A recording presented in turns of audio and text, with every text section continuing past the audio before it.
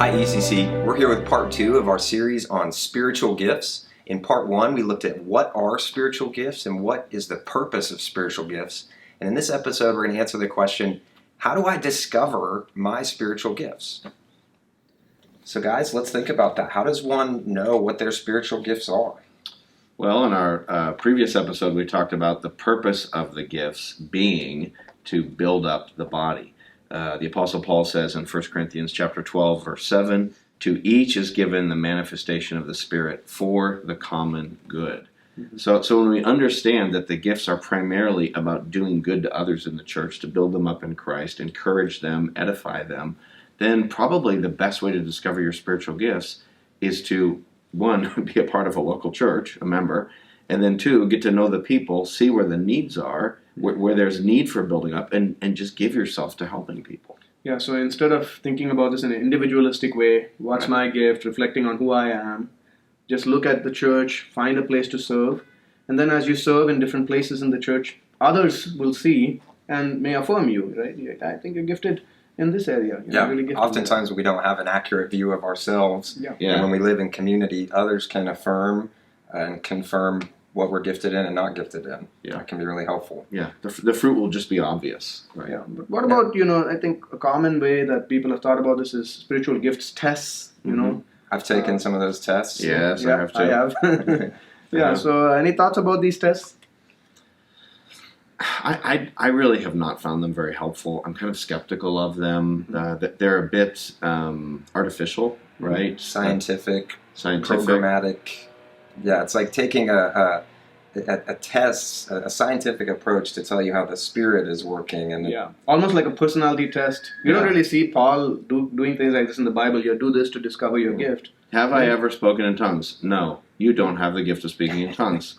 Wow. Yeah, and it can be disconnected from what we're talking about, the community. Again, it's emphasis on individual and thinking about myself instead of thinking about places to serve. Yeah. It also gives this idea that it's kind of like a permanent identity. Right. Some people view it as, this is my permanent identity, who I am. Like, here's my Myers-Briggs, and here's my Strength Finder, and here's my spiritual gift test. Yeah. And whereas God, we see, is sovereign, and He can gift us with different gifts in different seasons. Right. In order to make sure different needs are met in the life of the church. Yeah, you don't want to go to a church and insist, this is my gift, and I must be used in this specific way. Then it's become more about yourself and your gift rather than how to really build up the body. We hope you can use your gift and find a way for that, but there may be other needs. And it really, I think it gets at a sort of a bigger background issue, which is what is the local church. That's right. And a lot of times I think there's a tendency to view the local church as fundamentally a collection of programs. That's right. And so the idea is we have these programs, and so I come with my gift, and now I want the church to tell me where I can fit into the program, or if it's not there, won't you create a program to use my gift? Yeah, give me a platform. Give me a platform. Yeah, and you don't have to have a program to use some of these gifts. I think about like a gift of encouragement and just how I see brothers and sisters on Fridays encouraging one another, using their gifts, speaking truth to one another. We don't need to create an encouragement ministry or an encouragement program. People just do that and use their gifts. Yeah, if you have the gift of faith, just to pray for others, you don't need a special prayer program in the church. You can just keep praying for the members of the church. Right. And really, the church is not a set of programs, like you said. The church, biblically, is a family. It's family, right? Yeah. And so we find areas that we need to care for others, serve others, and we just plug in and do that. And you think about your family, think about your immediate family, your extended family. You know who to go to for different things. If you need financial advice, you go to Uncle so-and-so. If you need encouragement, this person is there. So, as over time, as families love each other and help each other, you become aware of who is good at what different thing. Yeah. But again, if it's a family, the question isn't, what's my gift and will this church let me use it?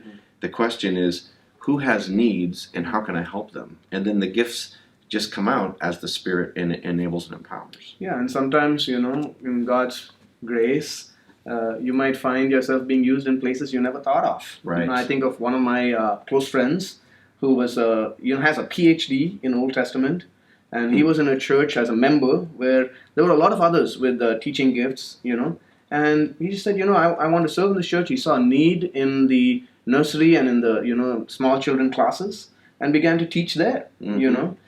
We've seen in our own church, one of our former members, our sister Joanne Koch, who thought she wasn't very good with children, but then she saw a need in children's ministry and plugged in and started serving, and then found God shape her heart and use her there, for His glory. Yeah. If you have a gift of leadership, certainly you can use that at leading a big ministry, but you could also use it in a relationship. Maybe someone's in need, and you need someone to step in and say, "Hey, let's do this to help this person." And so even in those informal ways, gifts can be used. So it doesn't always have to be formalized, programmatized, structuralized. In fact, sometimes the richest ministry is just interpersonal ministry in the body, ministry in a home Bible study or something like that. Yeah, you don't have to be an elder to shepherd others. That's right. And care for them. That's right. Okay, so we've seen how the purpose of spiritual gifts is to build up the body, and so the best way to discover your spiritual gifts is to be a part of the body, to be a part of the local church, and get connected with people and start serving, and God will show you how to serve and what your gifts are more clearly. Tune in for some more episodes coming up. We're going to talk more about some specific gifts like the gift of tongues and prophecy and apostleship, so that should be pretty interesting. And be sure to like, comment, and share, and subscribe to Soul Food.